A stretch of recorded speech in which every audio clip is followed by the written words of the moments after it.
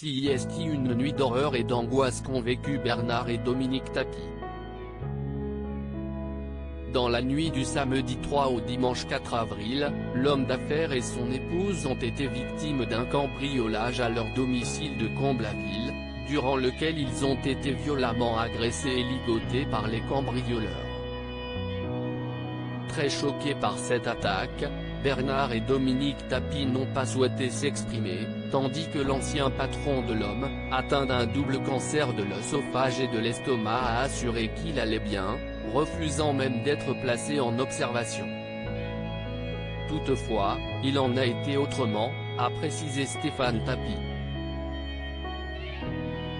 Dimanche 4 avril, le fils de Bernard Tapie s'est en effet exprimé pour donner des nouvelles du couple, et a précisé que son père était sous la surveillance des médecins à cause d'une tumeur derrière la tête qui lui a été récemment diagnostiquée.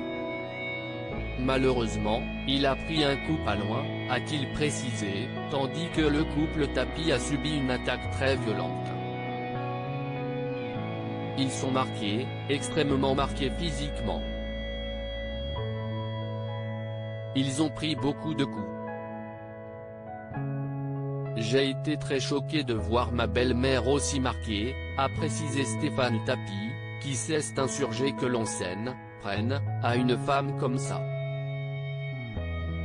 CIST lamentable, CIST honteux, a-t-il déploré. Les époux Tapie sortent avec beaucoup d'hématomes jointes par RTL. Dominique Tapie a révélé avoir des séquelles de ce cambriolage. On ne peut pas parler, ce n'est pas possible, a confié l'épouse de Bernard Tapie à nos confrères, avant d'ajouter, on sort avec beaucoup d'hématomes. Sur Twitter, Rodolphe Tapie a révélé qu'il avait été ligoté avec des câbles de lampe. Ils vont mieux mais profondément choqués, capés et beaucoup d'hématomes, a-t-il ajouté.